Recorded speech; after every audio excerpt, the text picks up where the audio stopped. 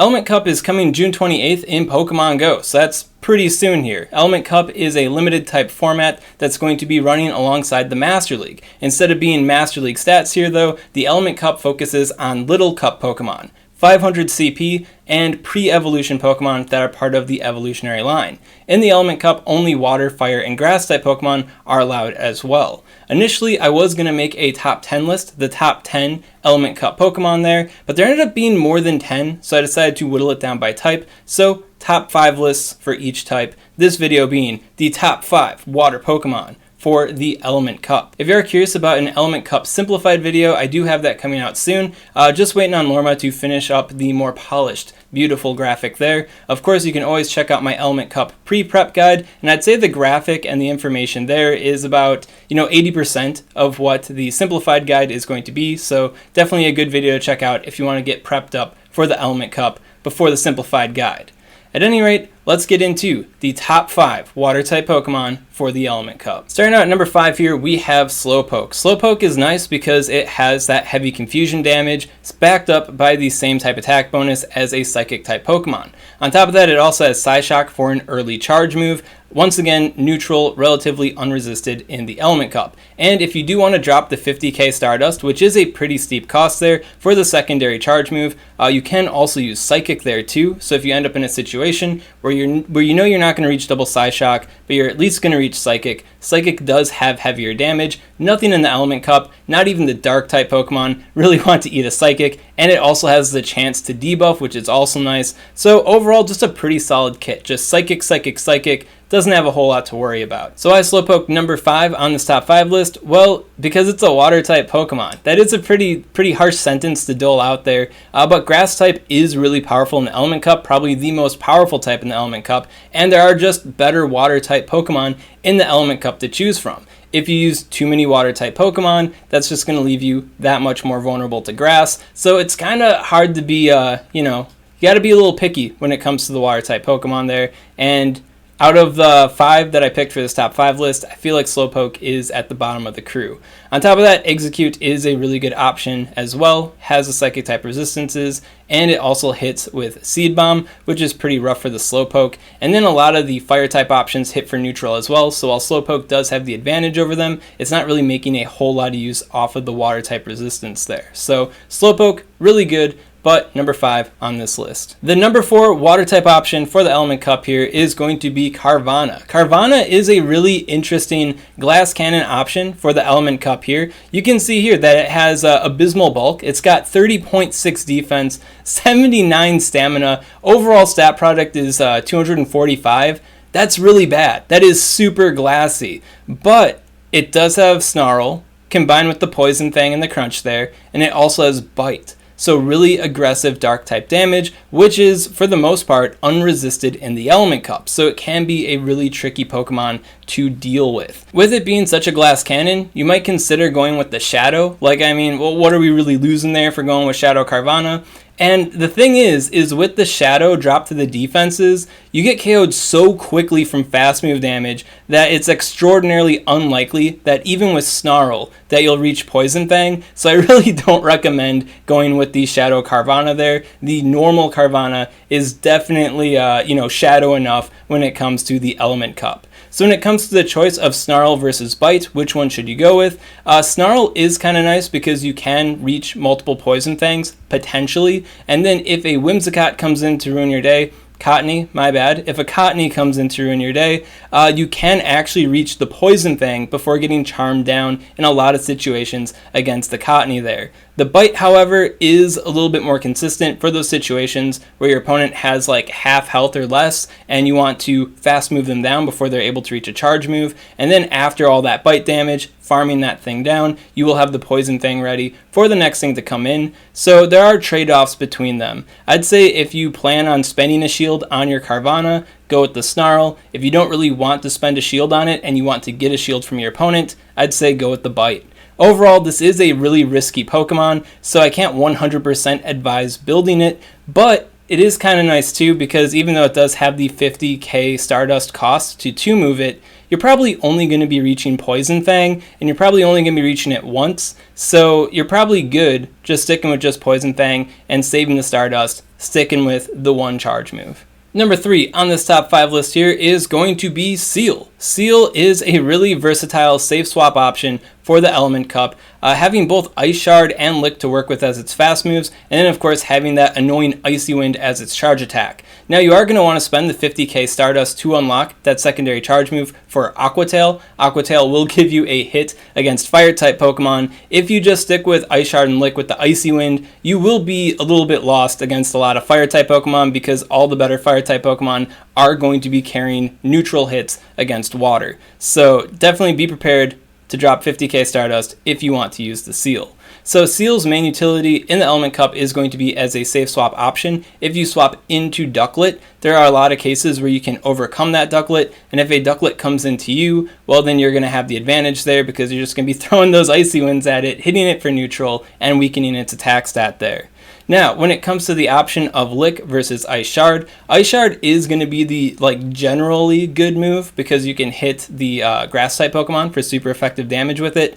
The Lick, however, does hit opposing Water type Pokemon and Fire type Pokemon for neutral damage, and that is a pretty big advantage there. Now, when it came to me practicing with the Seel there, I was practicing against the PvPoke Battle Trainer, and I really didn't see a whole lot of advantage with using the Lick. That said, that's a computer opponent that I'm up against, and they're pretty familiar, they know it's a computer, they know how Lick plays, they know how fast it takes me to reach charge moves, what I can and can't farm down, and I feel like Lick could throw off human players, so I feel like in practice, Lick might end up being a little bit better.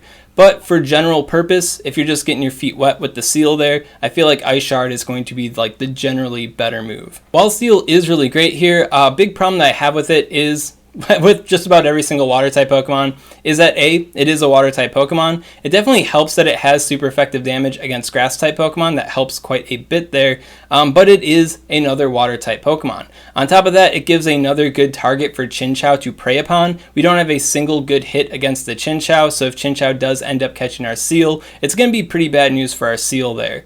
Therefore, if you do end up using Seel, it might be a good idea to pair Seel with Ducklett, having Ducklett in your backline along with Seel, because then Seel could have the potential to bait out a Chinchou and pave the way for victory for the Ducklett there, not having to face a Chinchou in the endgame. But aside from that Goldilocks scenario there, Seel could be a little bit of a miss should it get caught by a Chinchou. Your opponent could be saving Chinchou for the endgame there for a Ducklett, and then if it just ends up being your Seel versus Chinchou, well, that's not going to be great for your Seel. So Seel, really good safe swap, but use with caution. Maybe pair it with Ducklett so you can get the most out of your Seel there. Then when it comes to number 2 on this top 5 list here, we have Chinchou. Chinchou is the de facto Omega Ducklett hard counter in all of the Element Cup. No other Pokemon in the Element Cup handles Ducklett as well as Chinchou does. Ducklett obviously is going to be number 1 on this list here, so the best counter to the Ducklett clearly has to be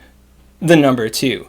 So Chinchou here isn't just a Ducklett counter either. It's got good matchups against all the water type Pokemon that aren't Mud Boys, and Mud Boys I don't think are very good in this cup because once again the dominance of the grass type Pokemon, the Mud Boys get completely obliterated by the grass type Pokemon, so I think it's way too risky to use a Mud Boy, so Chinchou really doesn't have to worry about the whole Mud Boy situation. On top of that, Chinchou is also really good against fire type Pokemon, so now you got 2 types of Pokemon in the whole cup that you're really good against. That said, fire type Pokemon may not be all that common in the Element Cup because the fire type Pokemon really aren't all that great in the Element Cup there, so Chinchou may find itself stacked up fighting a whole bunch of grass type Pokemon, which Chinchou does not have a single gosh darn hit against those grass type Pokemon. Every single water type in this top 5 list can do at least something against grass type Pokemon. Chinchou really doesn't have a whole lot to do against grass type Pokemon, which is unfortunate. So that is the primary risk when it comes to the Chinchou.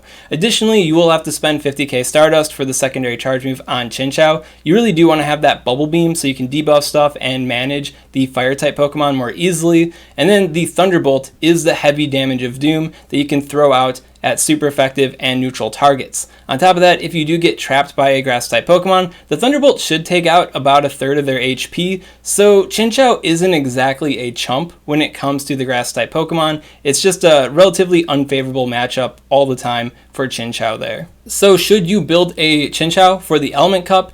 I'd say it's up to you. It is a 50k Stardust investment at a minimum to use Chinchou in the Element Cup here, and the primary advantage that it has is against Ducklett. So if you have other ways of managing Ducklett, or you're not that concerned about Ducklett there, then you may want to consider a Pokemon other than Chinchou. Also, if you don't like the whole thing about Chinchou getting hard countered super hard by grass-type Pokemon, then you may not want to build Chinchou. That said, Chinchou's advantage over Ducklett is extremely big, and it has good play against all fire and water-type Pokemon. So even though this cup is kind of heavy on the grass, if you run into anything else, Chinchou definitely has that job covered. So it's got some trade-offs. Definitely not the ace in the whole Pokemon, but definitely not ace in the whole Pokemon. Then finally, in the number 1 slot, you guessed it, it's Ducklett here. And man, this animated gif of Ducklett looks pretty bad there. Ducklett does not have a model yet in Sword and Shield, so I don't have a super nice polished gif of Ducklett, but blown up, that does look pretty rough there.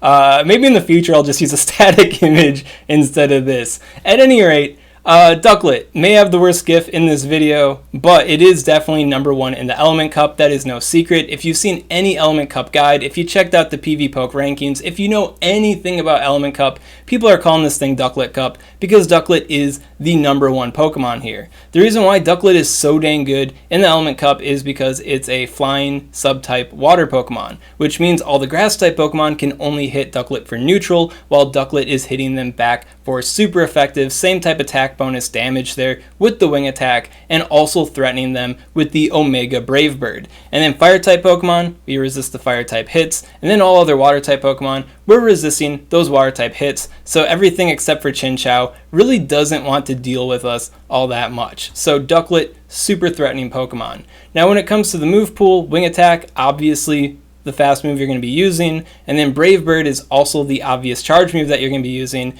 but there is a little bit of a debate when it comes to the secondary charge move. Aerial Ace may seem like a weak option because it's not as good as Brave Bird, but it is a better auxiliary hit to throw onto water type Pokemon and grass type Pokemon than Brave Bird, because you don't want to drop your defenses. They might shield it, they might not shield it. If they don't shield it, the Aerial Ace is probably going to take out the grass type Pokemon anyways, and then you save your defenses. So there's definitely reasons to use Aerial Ace. And then Bubble Beam, on the other hand, handles fire type Pokemon a lot better, and it's a better bait move, allowing you to overcome faster grass type Pokemon, sometimes such as Chikorita, circumstances depending. So there are trade-offs between the Aerial Ace and the Bubble Beam. In practice, I found that when I didn't run Aerial Ace, it was pretty rough facing grass-type Pokemon because either I had to bait with Bubble Beam, and if I failed the bait, then that was super bad, or I'd have to throw the Brave Bird, and if they shielded the Brave Bird, that was also super bad. So against grass types, especially in the early game, it felt really rough carrying the Bubble Beam there. It was a lot of pressure on myself. When it comes to the Aerial Ace testing I did, I ran into trouble against Fire-type Pokemon because, I didn't have that simple Bubble Beam hit to throw at them. I'd have to throw the Aerial Ace, which means that they're reaching, extra charge moves against me. So it was just kind of rough for the Ducklett there. Don't let this whole talk, though, make you think Ducklett's not that great. Ducklett is extraordinarily powerful and extraordinarily threatening. It just, it can't do it all. It does have some hangups there. So when it comes to the Element Cup, if there's any Pokemon I would consider to be a must-have, it probably would be Ducklett, but you definitely don't absolutely 100% need to have it to perform well in the Element Cup. There are plenty of non-Ducklett teams that are going to do phenomenally in the Element Cup. If you think about it, if you don't bring Ducklett, that's one less thing for Chinchou to fight against, which is bad for the Chinchou users there. And that wraps it up. The top 5 Water-type Pokemon for the Element Cup there. Now there are other water-type Pokemon you could consider for the Element Cup. Tentacool is a pretty interesting option because it's got the Poison-type resistances, it's got the Poison Sting, which is really fast energy gains, and then it's got Wrap. And I think Wrap is kind of where Tentacool's Intrigue kind of falls apart because Wrap really isn't that great of an attack, but it is neutral damage, so Tentacool can work out. Another Pokemon that's interesting is the Carvanha. It's a Water Gun user, it's got Body Slam, and it can potentially overcome Ducklett because it is a sub-rock type Pokemon, so it's got those resistances, and it's really nice for fighting against fire type Pokemon. That said, if you do get lined up against any grass type Pokemon, then you're just going to get absolutely shredded and do basically no damage to them. So Carvanha, or however you say its name, I'm not really too sold on it.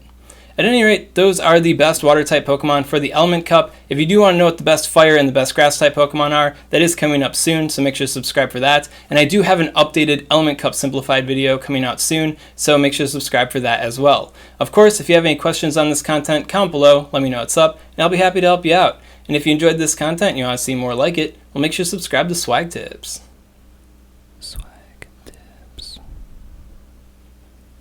I'd also like to give a special shout out to these patron supporters. If you want to support Swagman on Patreon, link in the description. Oh man, that's super pixely. Oh my god. And finally we got Ducklett.